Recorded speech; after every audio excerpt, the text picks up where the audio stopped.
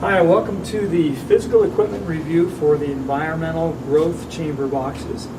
We want to spend a little time to familiarize each of you with some of the equipment that is involved in running these boxes and make sure you're able to operate it safely and correctly. First thing we'd like to point out is our electrical system. We have an electrical disconnect. On this particular box it's fairly large. The other boxes come in a little smaller size.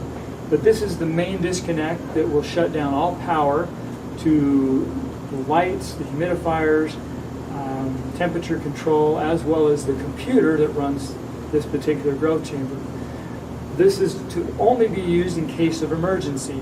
We would recommend that you never switch this off, and if needed, contact the electrical department on campus and they can come assist you.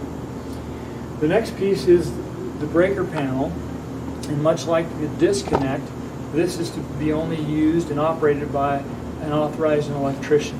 So please do not open this and try to turn off individual circuits to enable or disable pieces of your equipment. There are things that can be damaged by doing that, and we would like to keep this equipment running as best we can for your benefit. The next piece of equipment we'll show you is the controller. We have a control cabinet here and a computer interface below that allows us to program the controller. To the left of that we have our CO2 control. We have this only on a few of the boxes. This allows you to introduce CO2 into your experiment. As you open the panel, there's a small port that you would hook up a 1/4 inch poly tube that would then go to the canister, and then there's a small hole in the bottom that you can feed that through. Once hooked up, there's an enable switch that you can turn on, and then a volume control as you watch the little ball float in the little display here. You can adjust how much you'd like to add. Want to spend a little time on the actual control panel here. As we open this, this is where we enable and disable the components of the box. There is a control power rocker switch at the top. Pressing that on will enable the system. It takes 15 to 20 seconds for things to go through their initial startup. The cooling system will then be enabled. If lights are scheduled to be on, they will turn on. Humidification will then also be enabled, and you can kind of hear it start. You'll hear some clicks as relays come into play, and things will start to operate. For now, we're going to leave that off so that we can continue on with some of the other areas. We do have a humidifier enable switch and an auxiliary heat enable switch on this particular box. You may have other switches or may not have these, but this is where you would enable or disable those various components of the system. There is an alarm reset button, and we'll have a little LED that will light up if it's an alarm. That's what it sounds like. It's a bit annoying, but it will notify you when there's an issue.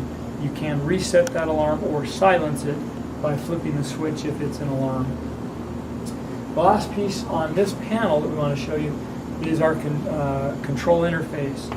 So this is a touch screen that allows you to program your temperature, humidity, lighting, CO2 set points, and at the various times of the day how they should respond or react to your experiment. Set alarms, and also to set up histories. We will cover this in the programming video, which will follow. The last thing that we want to talk about is the ability to bring some air into the box from outside. There are some small screw-covered caps that expose air ports that allow for air to move from the inside of the box out of the box. The air is brought in through a fan that in this box is above the door. Other boxes it is in the ceiling or in the sidewall of the box. As that fan is pulling air in, there is a small damper that would need to be opened slightly, if not all the way, to provide that airflow through these air ports.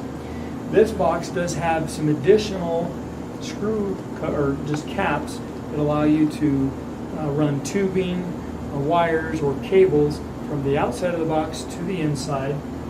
There are caps on both the inside and out. When not in use, just leave those caps in place, and that will keep things sealed up. As we conclude the equipment review, one thing we'd encourage you to do again is to schedule this with the Associate Dean of Research so that he's aware of start and end dates. As you finish your experiment, you are responsible for cleaning the box out. So we would have you clean all of your equipment and then wipe things down and return it to its original state. Once you've done that, then go ahead and notify the dean. The dean at that point, or the Associate Dean over Research, will then send in a service request to the air conditioning shop to come do their preventative maintenance and checkups on the equipment to ensure they're ready for the next experiment. Thank you.